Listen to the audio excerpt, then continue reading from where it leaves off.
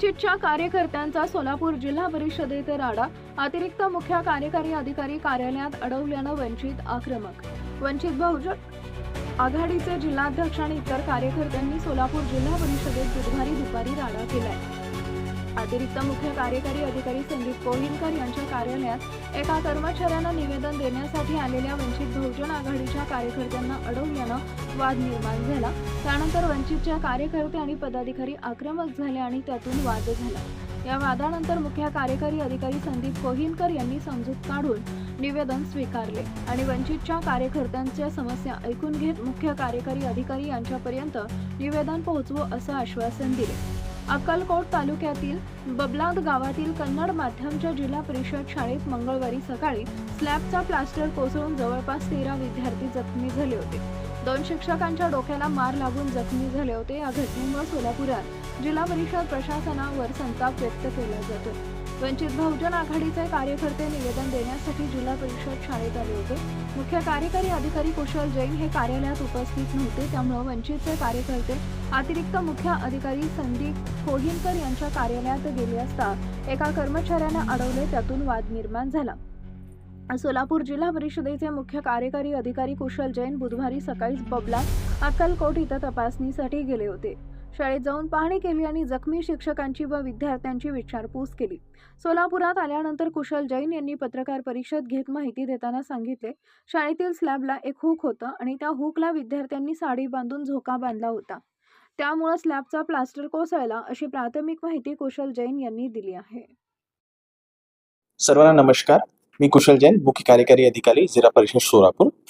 कालपासून एक जे बातमी सर्वांनी वाचली असेल, ज्याच्यामध्ये बबलाद आपली प्राथमिक शाळा कन्नडची तालुका अक्कलकोट मध्ये जे स्लॅब पडण्याची जी माहिती आली, त्याच्याबद्दल थोडं मला क्लॅरिफिकेशन करायचं आहे. मी आज सकाळीपासून अक्कलकोटमध्येच होतो.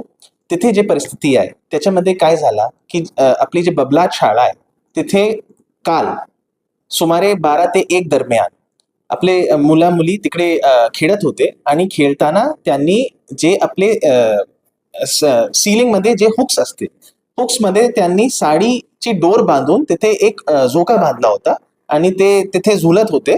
आणि झुलताना काय झालं की एक मुलांनी साडीची डोर पकडून ते वरती गेले आणि ते ताण आला म्हणून ते प्लास्टर खाली आला. स्लॅब खाली पडला नाही, प्लास्टर खाली आला. आणि हा इन्सिडेंट मध्ये जवळपास 13 मुले आणि 2 टीचर्स असे एकूण 15 लोकांना थोडीशी मार लागली. नंतर आमचे BDO, आमचे THOनी सगळ्या लोकांना ॲम्ब्युलन्स मध्ये घेऊन रुग्णालयामध्ये घेऊन गेले आणि तिथे 15 पैकी 13 लोकांना लगेच किरकोळ हे दवाई देऊन त्यांना परत केला, डिस्चार्ज केला.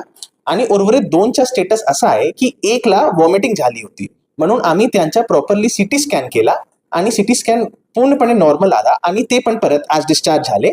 आणि 1ची पायीमध्ये थोडीशी मार लागली होती, तिथे पण ड्रेसिंग करून त्यांना पण आज डिस्चार्ज केला गेलाय. आजची स्थितीमध्ये एकही आमच्या रुग्णालयामध्ये नाही.